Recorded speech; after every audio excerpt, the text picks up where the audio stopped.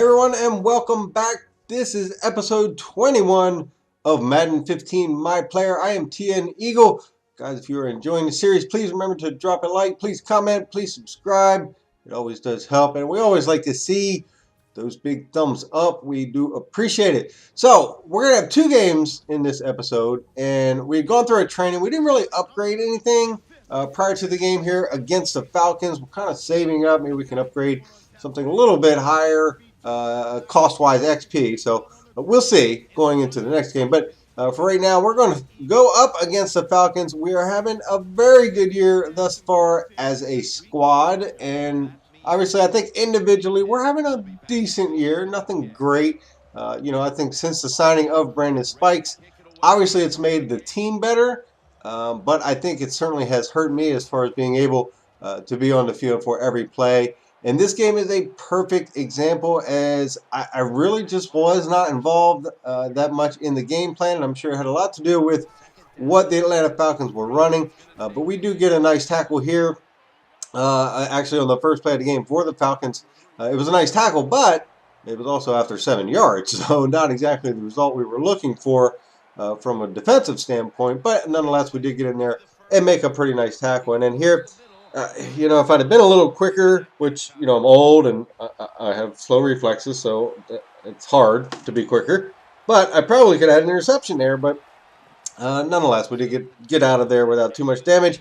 And you can see we took a 3-0 lead on offense, winding down in the towards the end of the first quarter. So, we're still hanging in there. And then about midway through the second quarter, Atlanta has driven down the field. It is now 2nd and goal, still with that 3-0 lead.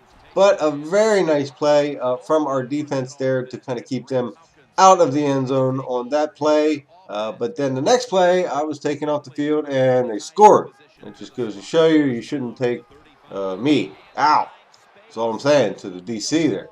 But here's another great tackle, and that's how we fill the hole. That's the kind of tackle we want to see, not tackles that are 7 yards down the field on a running back. We need to get in there and fill the hole and make sure we're doing the job as we are paid to do. But moving to the end of the game, that was the last play. And like I said, just not a lot of opportunities for me in that game. And I don't know if it's, we ran a lot of time or what have you. I think they definitely threw the ball quite a bit. So, that probably had something to do with it. But you can see here, stat-wise, we just had the 3 tackles. But we did have a tackle for a loss. So, I would say for the amount of plays that we were given, that we actually did pretty decent in that game. So I'm not too disappointed there. But now I think is another pretty big challenge that we will face. And we will be coming up against Matthew Stafford and Megatron and the Detroit Lions. So, yeah, not that exciting to have to face this offense. But you can see they are 4-3, so, not the best record in the world. But, of course, we always go in and we'll go and check the Twitter feed. And again, we've kind of gotten this a couple times now as far as what's out there in Twitter world. But, we got some Hall of Fame speak going on out there in the Twitter world. And it just, it's happened a couple times where you're like, oh, okay. And you see it's Adam Schefter there talking about, the extra attention on the practice field. And Chris Mortensen's talking about, how important it is to get solid production out of the linebackers heading into, important game this week. So that's something fun, kind of fun that they add in there. But we will jump into this game against Detroit, and we are 6-1 on the season. And you can see we are 83 overall. And this was something that I had thought of, and I'm like, man, I'm gonna go back to the vintage unis. We're gonna change it up. And the reason I had done this was because the first time that Philadelphia had actually debuted these uniforms was actually against Detroit many years ago. I want to say it was like 2008, maybe 2009. I can't remember for sure, but it was actually against Detroit. I think it was the first game of the year that it came out, and they were, they're interesting uniforms to see actually on the field. But we decided to go with those for this game, and hopefully we can, get the same result that we had in that game as we did come out victorious all those years ago. So obviously it has to be tied in, right? Same uniform against the same team. That's how you got to think. But we're gonna start off here on defense. toward the end of the first quarter. It's still a 0-0 game, which is interesting, I will say, at this point.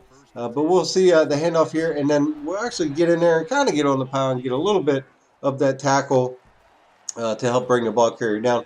And I say it's interesting just because, the two offenses, our offense this year has actually put up some decent points. And obviously with Detroit's offense, they certainly have the ability to do that. But look at this, filling the gap and getting in there. And you can see the Bell's got 6 rushes for 15 yards. He's not doing a lot. And here we have flat coverage. So we're going to just kind of wait and drop over into our position. But this is kind of where I'm starting to get a hang of what I need to do. I see Megatron coming across the middle, and even though I'm in the flat, he's eventually heading that way. So I'm going to go over and knock him out and, whiff. But that's not the point. I'm getting better at kind of reading the field and learning to be where I need to be. And here another, hey, jump on the pile. Look at me. I'm in on the play. And, we'll take it. Whatever we got to do. But here, it's third quarter, 5 minutes left. We are up 7-0. We have flat responsibilities once again. And we're going to jump in there. And the poor ball carrier, you have Brandon Spikes and myself jumping in there before the guy can even get anywhere near the line of scrimmage. So we will take that. Now it's 1st and 10. Third quarter coming to an end. We're still up 7-0. I'm going to fight off a block. Shred it. Yeah, we're going to shred it. Shed that block, get in there. We're going to make the tackle, and that will stop that drive for Detroit. And then here, midway through the fourth quarter, it is 3rd and 2. This is a pretty large play as we are still just clinging to that lead. And look at that play. What a tackle from, I believe it was Brandon Graham to come in there and kind of stand up Jacoy Bell. But in any case, Detroit is now going to go for it. It is 4th and 1. This is a huge play in the game. We've got to come up big. And who does? Yeah, boy. 10 Eagle. What a play there. And that was on Megatron coming across the middle. And, it was just an arm's length away from him probably breaking that. But you can see this is what happens when I'm not on the field. This is the view that I get. And unfortunately, the view that we got was of a touchdown from Detroit. So, and this was that was after we had stopped them. They came down on the next drive. But we are now going to go into overtime in a 7-7 ball game. The Eagles had elected to receive the ball first, so we will take that. And then normally what we do is just hit our sim to player turn. And isn't this delightful to see? The offense had gone straight down the field in overtime, scored a touchdown, and won the game for us. And that brings us to 7-1 on the season. A pretty good game by us individually, including a huge tackle. I will leave you with those stats, guys. Again, please comment if you have anything to add or any feedback in the series. I do enjoy seeing the comments.